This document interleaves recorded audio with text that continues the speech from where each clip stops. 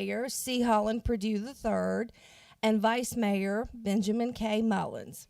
Council members A. Ralph Casey, David K. Clements, J. Tyler Lee, and Lucas A. Tuning.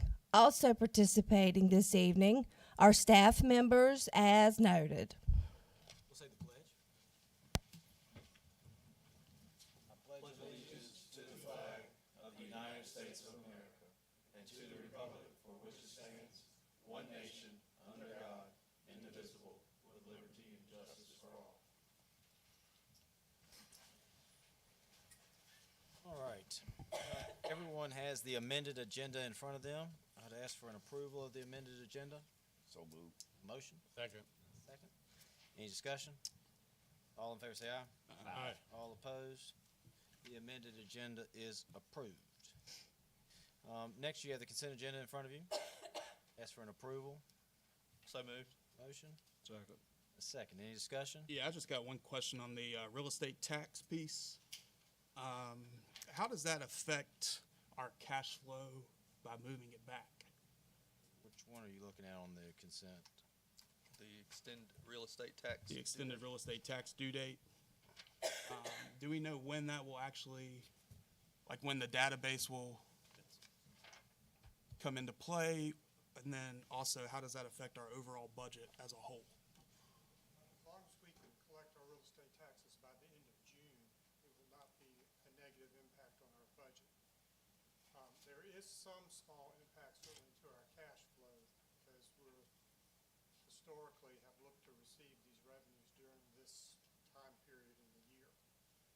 So may not earn quite as much as we will in our investments, but it's hard to exactly know because we're not sure when people would have paid their taxes, but also known that they were due by the end of the month. Gotcha. But we don't know when the database will actually be constructed or fixed? At this time, we do not have a date of when we'll have the corrected extract file from the county, so we're still on hold. Certainly would anticipate it coming hopefully sometime this month, but we don't know for sure. Gotcha. Thank you. Any further questions for Vincent? Are we good to approve the consent agenda now? Yes. Have a motion? So. Second. Second. All in favor say aye. Aye. All opposed? Consent agenda is approved. We have some new business to discuss tonight. First, want to recognize and congratulate Lori Smith. She's here tonight with us. Lori represents the Gills Creek District and currently serves as chair of the Franklin County Board of Supervisors. She was first elected in 2019 and began to serve in 2020. She previously served as the vice chair and now serves the board as chair. During her time in office, she has focused on responsible budgeting, infrastructure needs, and support for public education. She chairs the Franklin County Broadband Authority, where she has worked to expand access to reliable internet across the county. She also serves as the board's liaison to the Franklin County School Board, helping maintain strong communication between local government and schools. Supervisor Smith also recognizes Franklin County at the regional level as vice chair of the Roanoke-Allegheny Regional Commission. In that role, she works with neighboring localities on shared priorities tied to growth, connectivity, and long-term planning. Public service requires a long-term and real sacrifice. Chairwoman Smith has given more than 3 decades to public service, and we want to thank her for her steady leadership and continued service to Franklin County. So thank you, Lori. Appreciate you.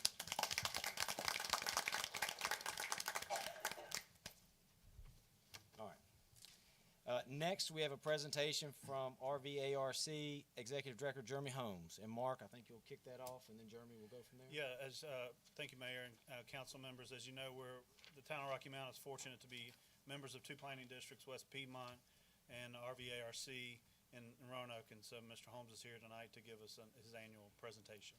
Thank you, Mr. Moore. And thank you, members of Town Council and Mayor Purdue. I'm glad that it worked out, that I'm here with the chair of our regional commission, and Lauren. She's been a great representation for Franklin County and Rocky Mount. And you'll hear a little bit more about some of the things she's driven actually in just a moment. I appreciate the chance to talk to you tonight and give you an update on some of the activities that the commission has undertaken. over the last year. I always like to take this moment to remind folks, if you're not familiar with the Regional Commission, we're one of 21 planning districts in the state. You mentioned you're also joint members with West Piedmont. We're really tasked by the state to address issues of greater than local significance. So what are those challenges and opportunities that you share with your neighbors that we can help you work on, address those challenges, or take advantage of those opportunities? Increasingly, we're also trying to help be the voice of the region, to raise the profile of the region in Richmond and at the federal level, to make sure that we can get the investments that we need in infrastructure, workforce, other kinds of programs. I was in Richmond last week, as a matter of fact, helping advocate for some of our regional needs. And when I say we, the Regional Commission has some great staff, but we really do rely on our local government partners. We always appreciate the chance to work with Rocky Mount staff, with Mr. Wood, Mr. Moore, Mr. Clements. Your participation, ideas, sitting in at the meetings is really how we get things done. And we really do rely on your input and participation and appreciate it. We'll take a moment just to highlight some of the projects. Unfortunately, I don't have my pretty pictures to show you, so you'll have to let me paint a picture in your mind of some of the things that we've been working on. But to give you a sense of the breadth of the work that we do at the Commission, increasingly, one of the areas that we're spending time with is in housing. We know that housing in the whole region across the state is an enormous challenge. As an example of that, we had Todd Robertson from Statesman Home, the local developer. He came to our commission in December, talked about the challenges in increasing housing supply and some of the things that we may be able to do at the regional level to help support that, whether that's policy changes around permitting and zoning, whether that's the creation of a regional housing trust fund that can support development, or even simply getting more resources from Virginia Housing to support construction. Those are all some things that we're pursuing and just helping increase the education level around this issue. I mentioned transportation. As you might be aware, we are one of 4 regions that did not receive a single VDOT-funded project last year. We don't like that, so the TPO and the Commission is working on both a policy level with VDOT and the Commonwealth Transportation Board on some of the things that we think put us at a disadvantage in the region, but also to improve our project development process so that our projects are more competitive, and that's both for our urban and rural programs. We're also focused on rural funding. One of our legislative agenda items this year is to try to increase the pot of rural funding by $25 million additional dollars. That's really been an issue that Ms. Smith has driven and that we've adopted throughout the region. So that's one of the things that we're pushing to make sure that the money is there for rural road infrastructure. On the economic development side, we have a really strong partnership with the Roanoke-Blacksburg Airport. We want people to visit Rocky Mount. We want people to visit Franklin County. So we want more flights that can help bring people in and more opportunities for business leaders here to connect with business elsewhere. So we're working very closely with the airport, both on near-term investments. Part of the reason we were all in Richmond last week, it was advocating for some terminal improvements, but also setting the groundwork for the massive runway extension that we know that's needed to bring more direct flights into the region. And the last thing I want to touch on is just on the environmental side. One of our most successful programs over the past couple of years has been around water quality. We were very fortunate to receive funding from a number of sources to support septic pump outs and rain barrel work around regional water quality issues. The septic pump out program in particular has been extraordinarily successful. We like it not just because it's a regional water quality improvement effort, but it's a way that we can provide a direct service to constituents to help clean their septic pumps, their septic systems, set those up to make sure they don't fail, and we subsidize those programs. So we're always looking for new funding to be able to expand that footprint. So as you can see, there's a lot of things we touch on across a whole bunch of areas. So we're always looking for more project ideas, and we're welcoming any ideas that staff or you may have about things that we could be tackling. The final thing I want to touch on is also partly driven by Ms. Smith. The Regional Commission adopted its strategic plan this past December. This is our first update since 2019. Without getting into the weeds, one of the things I want to highlight is there was a real focus in that effort to make sure that we are providing adequate support to our rural areas and small towns.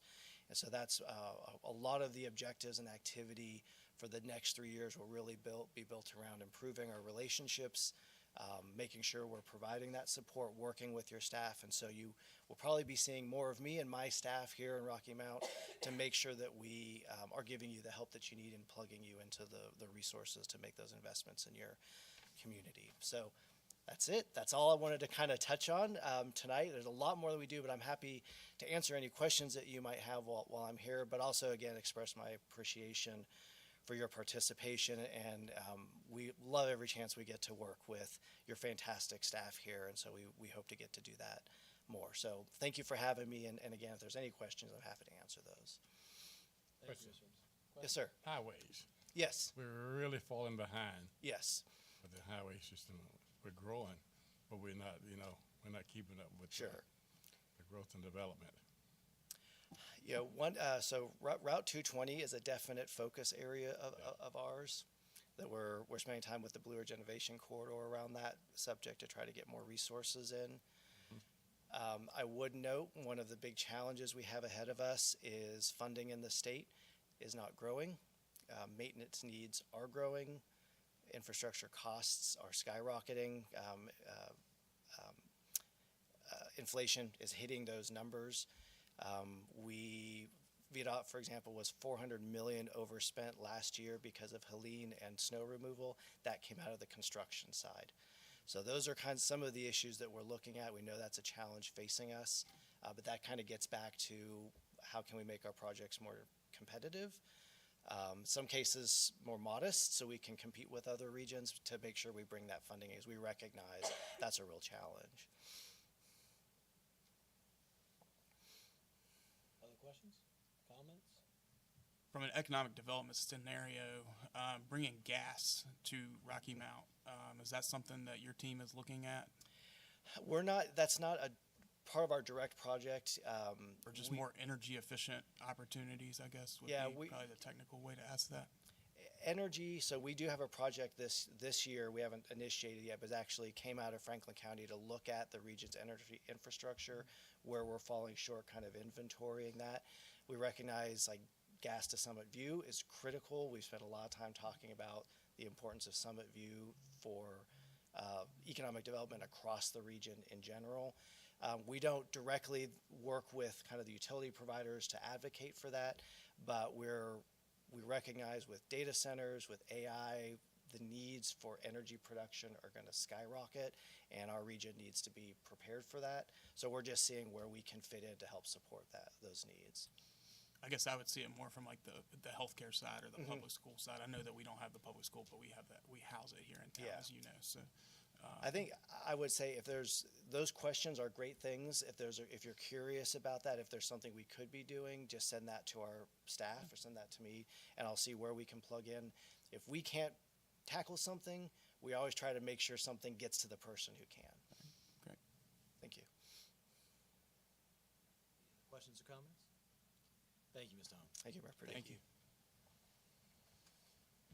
Next, we have the resolution to petition the Virginia Department of Transportation to accept street additions from the boundary adjustment for street maintenance payments. Yeah, like as you said, Mayor, the Virginia Department of Transportation provides maintenance funds for street inventory. As part of the boundary adjustment, we have to adopt a resolution in order for them to provide maintenance funds for those streets going forward. And that resolution is in the packet. Yes, and the streets to be added. Any questions for Ms. Angle? When do we take it over specifically? Officially, I think it's March 1st.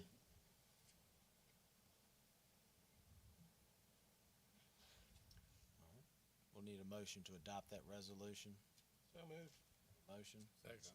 second. Any discussion? All in favor say aye. Aye. All opposed? That resolution is adopted. Next, we have the update to the town comprehensive plan. Ms. Engel? So our comprehensive plan is a long-range 20-plus year policy document used to guide planning decisions, special use applications, rezonings, growth and development. The town's comprehensive plan was adopted in 2015 and is due for an update to meet state requirements and to reflect current conditions, growth trends, and town priorities. The Berkeley Group has extensive experience updating comprehensive plans in Virginia localities similar to Rocky Mount, and as you may recall, they helped us with our zoning and subdivision update in the last couple years. The proposal in your packet includes updating required data sets, maps, and demographic information to ensure state compliance.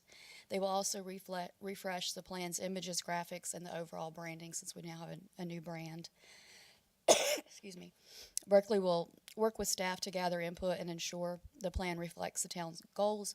And once the initial document is drafted, it'll be brought back to council and planning for review and comment. And then once they finalize it, there'll be public hearings and that kind of thing. So we're here tonight to ask for approval to move forward. Funding is already in the, Yes, it's already been approved in the CIP. How far out is this comprehensive plan going to be? Do we know yet, or is that going to be suggested by the Berkeley It's a group? It's usually a 20-year So it will be plan. a Yeah. traditional 20-year. Okay. Other questions for Ms. Engel? So you need a motion to accept the proposal. Yes, to move forward. So I'll make a motion to accept the proposal and move forward with the Berkeley Group. Have a motion? Second. And a second. Any discussion? All in favor say aye. Aye. All opposed? Thank you. Thank you. Thank you. Having other new business tonight, we have no one signed up on the hearing of citizens, so I will entertain a motion to adjourn. So moved. And I have a second. Any discussion? All in favor say aye. Aye. All opposed? This meeting is adjourned. Okay.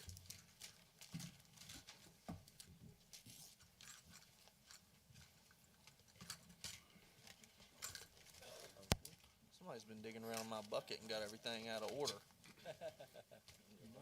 Yeah.